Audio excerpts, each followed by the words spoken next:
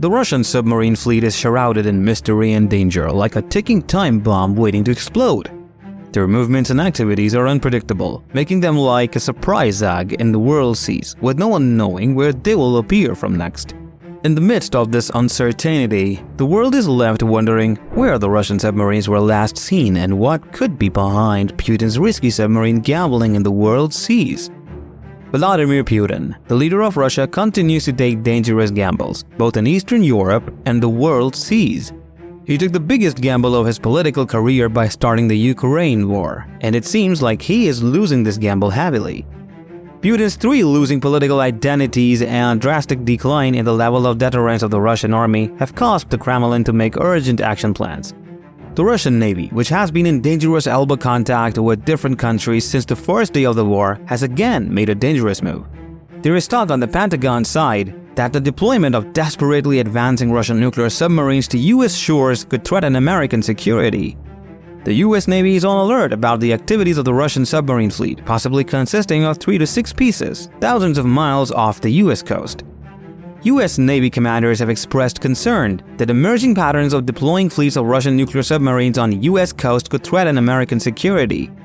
This situation is also an indicator of a new crisis, the incessant spread of the US at Ukraine and the helplessness of the Russian army in the face of powerful US weapons may have prompted Putin to make such a move.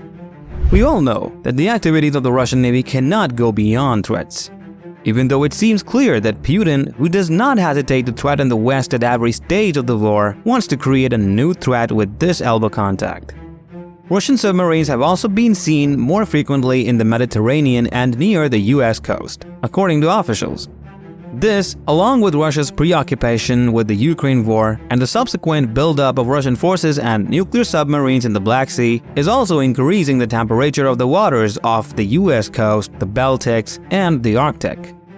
The Russian Institute of Maritime Studies reports that there are indicators that Russian nuclear-powered submarines have been deployed off the coast of the United States in the Mediterranean and elsewhere in Europe. It resembles the Soviet-style submarine tactics of the Russian Navy's deployments during the Cold War. Putin has said that his country would build more nuclear-powered submarines, assuring Russia's security for decades.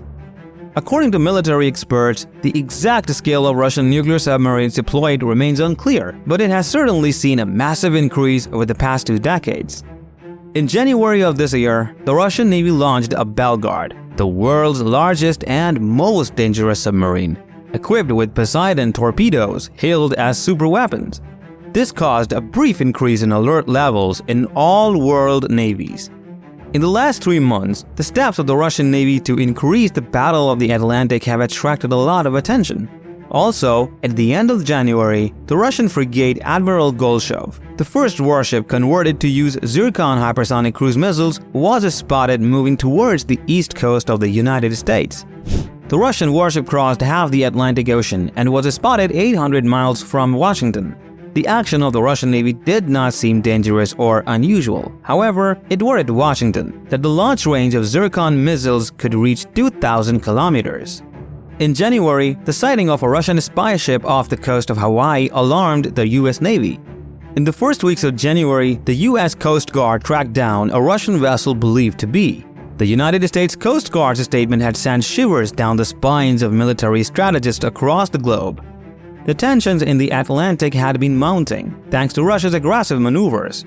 The Russian Navy had long considered the Arctic to be a key strategic preparation point for its naval nuclear deterrent capabilities. From Soviet times to the present day, the primary mission of the Russian Navy remained strategic deterrence, provided by the Navy's ballistic missile submarines based on the Northern and Pacific fleets. The Arctic had recently become Russia's main priority, and this had brought representatives of the US and the Norwegian armed forces together in Washington, D.C. to discuss how to deter Russia in the region.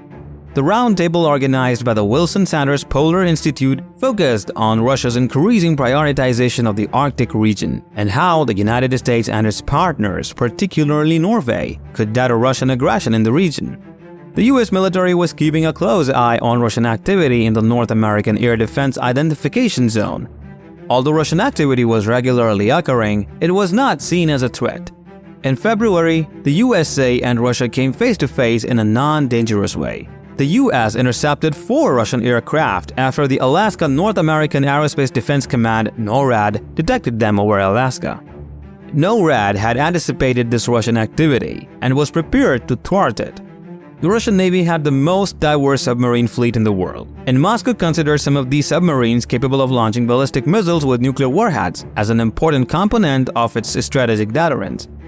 With an estimated 58 ships, the Russian Navy managed one of the largest submarine fleets in the world. However, these ships could be deployed worldwide, which was a valid reason to alarm US commanders. US Air Force General Glenn Von Hurt, the director of US Northern Command and NORAD, had sounded the alarm. The Russian Navy was transporting its subs, the first to the Pacific, another was currently in the Mediterranean, while another was moving towards the Atlantic.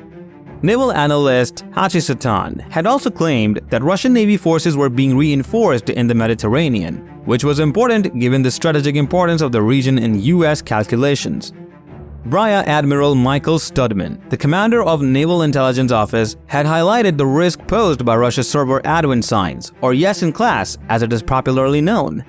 There were also Russian submarines in the Pacific and Atlantic, and it was essential for the United States to follow these submarines and their actions closely. The Russian Navy's activities in the world seas were progressing in a direction that could spell disaster for the global order. The Russian Navy was causing complete chaos in the Atlantic, moving in the opposite direction of its published doctrine. Russia's priority had recently undergone a shift, with the Arctic crossing the Atlantic as Russia's main priority. The Russians had shown serious examples of aggression, and despite all this, the US military had declared that Russian activity in the North American Air Defense Identification Zone was regularly occurring and was not seen as a threat. The US and its allies were doing everything in their power to deter Russian aggression in the region, but the Russian Navy's capabilities were vast and could not be taken lightly. It was essential for the US and its allies to remain vigilant and monitor the Russian Navy's activities closely to ensure that the global order was not threatened. The world was on edge, and it was up to the US and its allies to ensure that the situation did not spiral out of control.